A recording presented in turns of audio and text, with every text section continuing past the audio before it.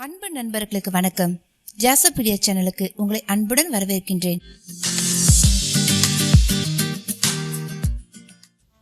இன்னைக்கு நம்ம கேட்க போற கதை அனுமன் காவியம் அத்தியாயம் 4.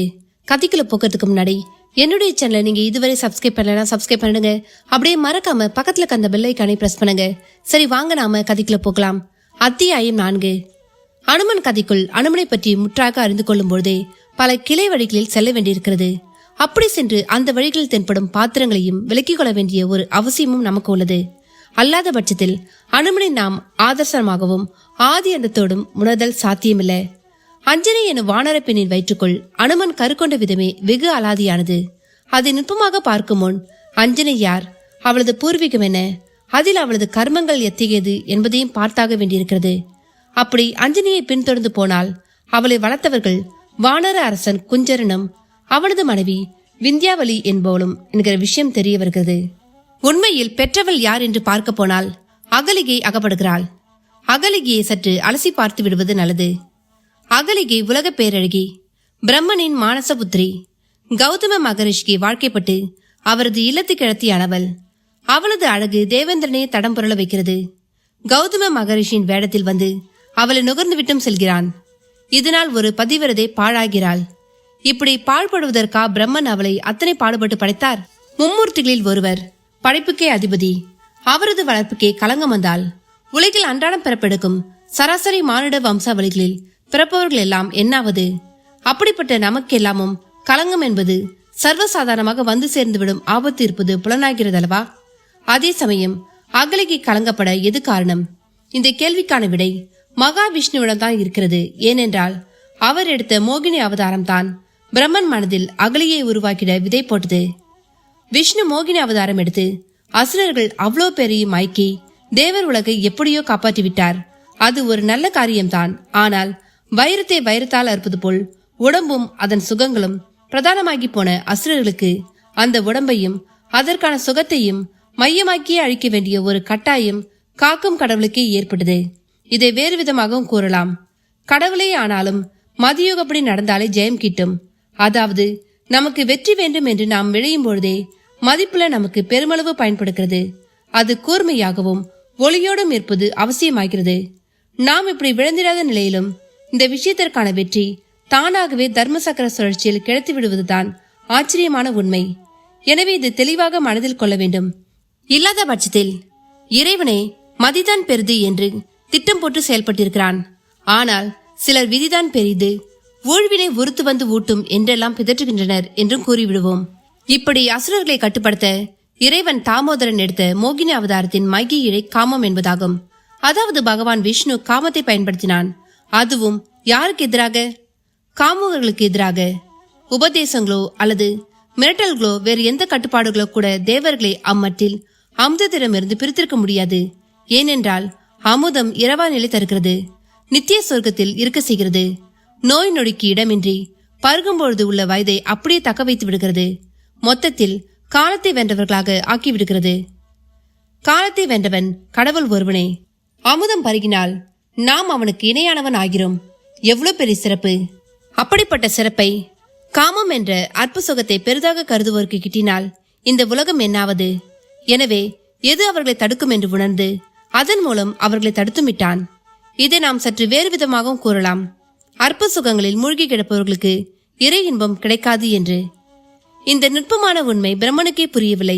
அதனால தான் விஷ்ணுவின் செயலை வேறு விதமாக பார்த்தார். எப்படி தெரியுமா? அழகான ஒன்று காமத்துக்கே பயன்படும் என்பதை மாற்றி அழகான ஒன்று தவத்துக்கும் பயன்படும், அது கற்பிலும் சிறந்து விளங்கும் என்று நாம் நிரூபிக்க வேண்டும். படைப்பு கடவுளான என்னாலேயே அது முடியாமல் போனால் வேறு யாரால் தான் அதை செய்ய இயலும் என்று தனக்குள் கேட்டுக்கொண்டு அதன் காரணமாகவே அகலிகையை படைத்தார்.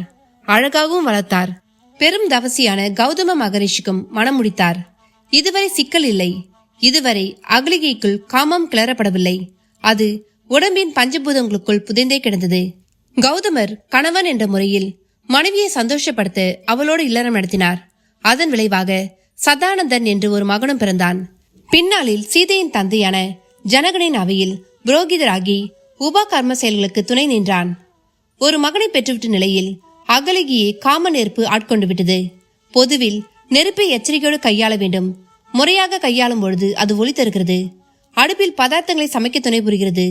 ஆலையில் கருவிகள் உருவாக வழி செய்து தருகிறது. அதுவே தவறாகி போனால் தன் வசமாகப்படும் அவ்வளவையும் சாம்பலாக்கி விட்டு மறுவேளை பார்க்கிறது. அதற்கு இடம் பார்த்து, ஆள் பார்த்து, இனம் பார்த்து செயல்படும் கட்டுப்பாடு உள்ள புத்தி கிடையாது. பஞ்சபூதங்களே இந்த மாதிரிதான். அப்பொழுது தானே அவை அவையாக இருக்க முடியும். எனவே தான் நெருப்பின் தன்மையோடு 100% ஒத்துப்போன காமத்தையும் நெருப்பு என்றார்கள். அந்த நெருப்பை கற்பு நெறிக்குள் வைத்து கையாளும் பொழுது அது மகா சக்தி மிக்கதாகிறது. அப்படி கையாண்ட நலாயனி முதல் அருந்ததி வரை அனைவரும் இரவா புகழ் பெற்றனர். இந்திரன் போன்றவர்கள் அதை தவறாக கையாண்டு அதனாலேயே மாசுபட்டும் போனார்கள். அதை கையாள்வது என்பது அங்குசத்தால் யானையை மேய்க்கிற மாதிரியான ஒரு சமாச்சாரம். நல்ல விதி அம்சம் அதற்கு மிக மிக முக்கியம். அகலிகை வரையில் அப்படி ஒரு விதி அம்சம் இல்லை என்பதை நாம் மனதில் கொள்ள வேண்டும். அவளை மானச புத்திரியாக பிரம்மா படைக்கும் பொழுதே காமத்தை மிக அதிகமாக எண்ணி அதற்கு எல்லா விதத்திலும் எதிரானவளாக தன் மகள் இருக்க வேண்டும் என்று கருதியே படைத்தார். எனவே பிரம்மனின் அந்த அடிப்படை எண்ணமே அவளது விதியமைப்பாகவும் இருந்ததால் அதற்கேற்பவே அவள் வாழ்வும் சென்றது. அகலிகை காமத்தின் வசம் துளியும் சிக்காமல் அவ்வை கிழவி போலவோ காரைக்கால் அம்மையார் போலவோ தப்பவில்லை. அதை அனுபவித்து ஒரு பிள்ளையை பெற்றுவிட்டதால் அவள் வரையில் காமம் ஒரு படர் நெருப்பாக சுடர்விட்டபடியே இருந்தது. அதனால தான் இந்திரன் வந்து தீண்டும் பொழுது அது காட்டு தீயாகிவிட்டது. ஒரு கட்டத்தில் கணவன் வேடத்தில் கட்டி கொண்டிருப்பவன் இந்திரன் என தெரிந்தும் சற்றென்று விலக முடியவில்லை. அதன் விளைவாக அவள் கல்லாக வேண்டிய நிலை வரை சென்றதையும் நாம் அறிவோம். கல்லாகும் முன் தன் தவறை நினைத்து, குறிப்பாக காமத்தை நினைத்து, அதற்கு காரணமான அழகையெல்லாம் நினைத்து அகலிகை பெரிய அளவு சிந்தித்தாள். நிகழ்ந்துவிட்ட ஒரு தவறு எப்படி ஞானமாகிறது என்று பாருங்கள். இப்படி ஒரு ஞானத்தின் தளத்தில் நின்றுதான் குரங்கு போல் காமத்தை தூண்டாத ஒரு தன்மையோடும் அதே சமயம் அதற்கிணையான வீரத்தோடும் பக்தி ஒழுக்கம் முதலே சிறப்போடும் ஒரு பெண் பிறந்து அவரை இந்த உலகம் போற்ற வேண்டும் என்று விரும்பினாள். பிரம்மாவும் இப்படித்தான் விரும்பினார். ஆனால் அழகாக படைத்ததால் அவர் விருப்பம் ஈடேறவில்லை. அப்பா செய்த தவறை மகள் செய்யவில்லை. அனுபவத்தால் பாடம் கற்றுக்கொண்டாள். அந்த பாடம்தான் அஞ்சனை. இன்னொன்றையும் இங்கே காண வேண்டும். அஞ்சனை அகலிகை கருவில் உதித்தவள். கருவில் உதிப்பவர்களுக்கு கர்மம் உண்டு. அக்கருவை இக்கருவில் சேர முடியும். அஞ்சனை அகலிகை வயிற்றில் குரங்கு வடிவினலாக பிறக்க அவளுக்கு பின்புலத்திலும் ஒரு கதை இருக்கிறது. அவள் குஞ்சரனின் வளர்ப்பு மகளாக வந்து சேர்ந்திட குஞ்சரனுக்கு பின்னாலும் ஒரு கதை இருக்கிறது. அவற்றையும் பார்த்து விடுவோம். ஏனென்றால் புராண விஷயங்களை கேள்விகள் கேட்டு விளக்கிக் கொள்ளாமல் சரியானபடி புரிந்து கொள்ளாமல் எழுதுவதும் வாசிப்பதும் குற்றம். இதனாலேயே அற்புதமும் பொற்பதுமுமான நமது புராணங்களை சில அவசரக்காரர்கள் இகழ்ந்து கேலி பேசிடும் ஒரு இழிநிலை இன்று காணப்படுகிறது. சரி, நாம் அகலியின் மகளாக வந்துதித்த அஞ்சனையின் பூர்வ கதையை ஒரு பார்வை பார்த்து விடுவோம். அஞ்சனை பூர்வ ஜென்மத்தில் மழைக்கடவுளான வர்ணனின் மகளாவாள். அப்பொழுது அவளது பெயர் புஞ்சிதங்கலை. இந்த பெயருக்கு பொருள் என்ன தெரியுமா? பனித்துளி போல் வெகு தூய்மையானவள் என்று பொருள். பனியானது பகலவன் வந்த நிலையில் அப்படியே அவன் பொருட்டு ஆவியாகி அவனை அடைந்துவிடும். அதாவது பனி தூய்மையானது மட்டுமன்றி மோட்சம் அடைவதிலும் திண்ணமானது என்பது உட்பொருள். வருணனும் தனது தன்மை சார்ந்து அவளுக்கு பனித்துளி என்கிற பொருளிலேயே பெயர் வைத்திருந்தான். அவளை தேவகுருவாகிய பிரகஸ்பதி வசம் ஒப்புவித்து அவளுக்கும் குருவாக திகழ வேண்டினான். அவளும் வியாழ பகவானின் நேர்பார்வையில் நல்ல குணவதியாக திகழ்ந்தாள். குரு பார்வை அவள் மேல் இருந்தவரை அவள் வாழ்விலும் ஒரு பிழையுமில்லை. இப்படி பிழையோ அல்லது சோதனைகளையோ இன்றி புஞ்சிதங்களை வாழ்ந்து முடிந்தால் அது எப்படி செய்தியாக்க முடியும்? அவள் மூலமாகவே இந்த உலகம் பின்னாளில் அநேக விஷயங்களை அறிய வேண்டும் என்று ஒரு கணக்கு இருக்கிறதே. பூவுலகில் பிறப்பவர்களுக்கு மட்டும்தான் சோதனைகள், அமர உலகம் அப்படிப்பட்டதல்ல என்று கருதுபவர்களுக்கும் பல விஷயங்கள் போய் சேர வேண்டுமே. ஒரு நாள் புஞ்சிதங்களை வியாழகுருவின் இருப்பிடத்தில் இருந்து வெளியேறினாள். விதியின் காரணமாய் அவளை குருவின் ஆசிரமத்தில் சந்தித்த ஒரு கந்தர்வன் அமர உலகம் பற்றியும் பிற புவனங்கள் பற்றியும் கூறி அங்கே ஆடல் பாடல் என்று ஒரே பரவசமாக இருக்கும் என்பதையும் கூறியதில் அவள் மனம் மயங்கிவிட்டது. எனவே தான் வெளியேறினாள். அவளுக்கு தெரியாது குரு பார்வை நீங்கினால் என்னாகும் என்று.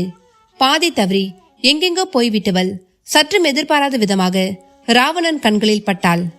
இலங்காதிபதி ராவணனும் அப்பொழுது ஏகாந்தமான ஒரு மனநிலையில் இருந்தான். அவனுக்குள் புஞ்சிதங்கலையின் பேரழகு காமத்தியை ஊதிவிட்டது. அப்படியே அவளை கவர்ந்து சென்று அவளது கற்பை சூறையாடி விட்டான். ராவணனை பொறுத்தவரையில் அவன் சில விஷயங்களில் ஒருவித நெறியை பின்பற்றினான். அதில் ஒரு விஷயம், எவ்வளவு பெரிய அழகியானாலும் சரி அவளை ஒரு முறைக்கு மேல் தீண்டக்கூடாது என்பதும் ஆகும். அடுத்து அரசனாக திகழ்வதால் உலகத்தில் உள்ள பெண்கள் அவ்வளோ பேரும் அவனுக்கு கட்டுப்பட்டவர்கள் என்கிற ஒரு மமதை, இதெல்லாம் தான் புஞ்சிதங்கலையை கெடுக்க செய்தது. கெடுத்த வேகத்தில் அவளை விடவும் செய்தது. புஞ்சிதங்கலைக்கு அப்பொழுதுதான் குருவின் பார்வை பலம் புரிந்தது. அதை உணர்ந்தவளாக பிரம்மதேவனை தேடி சென்று தனக்கு நேர்ந்த இழிவிற்கு காரணம் கேட்டாள். ஊழ்வினை என்று ஒரு வார்த்தையில் பதில் கூறிவிடலாம் தான். ஆனால் பிரம்மா ஞான திருஷ்டியில் அனைத்தையும் பார்த்துவிட்டு ஒரு முடிவிற்கு வந்தார். ஓரிடத்தில் ஒரு மரம் இருக்கிறது என்றால் என்றோ அங்கே விதை விழுந்ததால் தான். அந்த விதையை பின்தொடர்ந்தால் அது ஏன் அங்கே விழுந்தது என்பது மட்டுமல்ல, அது எங்கிருந்து வந்தது என்பதும் தெரிய வரும். இப்படி தொட்டு தொட்டு போய்கொண்டே இருக்கலாம். எல்லோருக்கும் இது பொருந்தும்.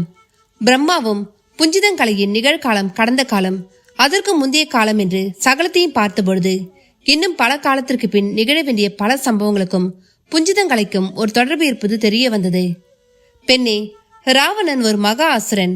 யாராலும் அழிக்க முடியாத வரங்களை பெற்று அமர உலகையே பாடாய்படுத்தி வருகிறான். அவனை அழிக்க வேண்டுமானால் அதற்கு எவ்வளவோ ஆயத்தங்கள் தேவைப்படுகிறது. அதில் முதல் ஆயத்தமாக நீ அமைந்து விட்டாய். இதை காலப்போக்கில் நீ அறிவாய். உனக்கு ஏற்பட்ட களங்கத்தை குருவால் நீக்க முடியும். அவரும் நீக்கி அருள்வார். ஒரு பெண் தன் அழகின் பொருட்டு நிர்பந்தமாய் கற்பிழக்கும் பொழுது அவள் தடுத்தாட்கொள்ளப்பட வேண்டும் என்பதை இனி வரும் உலகம் முன்னால் அறியட்டும். நடந்தது குறித்து வருந்தாதே. இனி நடப்பதெல்லாம் நன்மைக்கே என்று ஆறுதல் கூறி அவளை அனுப்பி வைத்தார். பின்னர் குருவை நாடி வந்த அவளை குரு பகவானும் தன் புனித நீரால் புரோகித்து அவளது களங்கத்தை நீக்கினார். களங்கம் நீக்கிய புஞ்சிதங்கலை மனதுக்குள் ராவணனை சபித்தாள். ராவணா, உனக்கு பெண்ணாலேயே அழிவு வரும். என்ன நண்பர்களே, கதையை கேட்டீங்களா? இந்த கதையோட தொடர்ச்சி அடுத்த பாகமா உங்களுக்கு வரும். அதுவரை இந்த கதையை கேட்டுட்டு உங்களோட கருத்துக்களை பதிவிடுங்க. லைக் பண்ணுங்க, உங்க நண்பர்களுக்கும் ஷேர் பண்ணுங்க. நிறைய பேர் என்னோட வீடியோவை பாக்குறீங்க, ஆனா யாருமே கமெண்ட்ஸ் போட மாட்டீங்க. என்னன்னு தெரியல. நீங்க போடுற அந்த ஒவ்வொரு கமெண்ட்ஸ் தான் என்னுடைய சேனலை யூடியூப் காரங்க அடுத்த லெவலுக்கு கொண்டு போறதுக்கு எனக்கு உதவியா இருக்கும். அதனால மறக்காம ஒரு சின்ன கமெண்ட்டை தட்டி விடுங்க. நன்றி, வணக்கம்.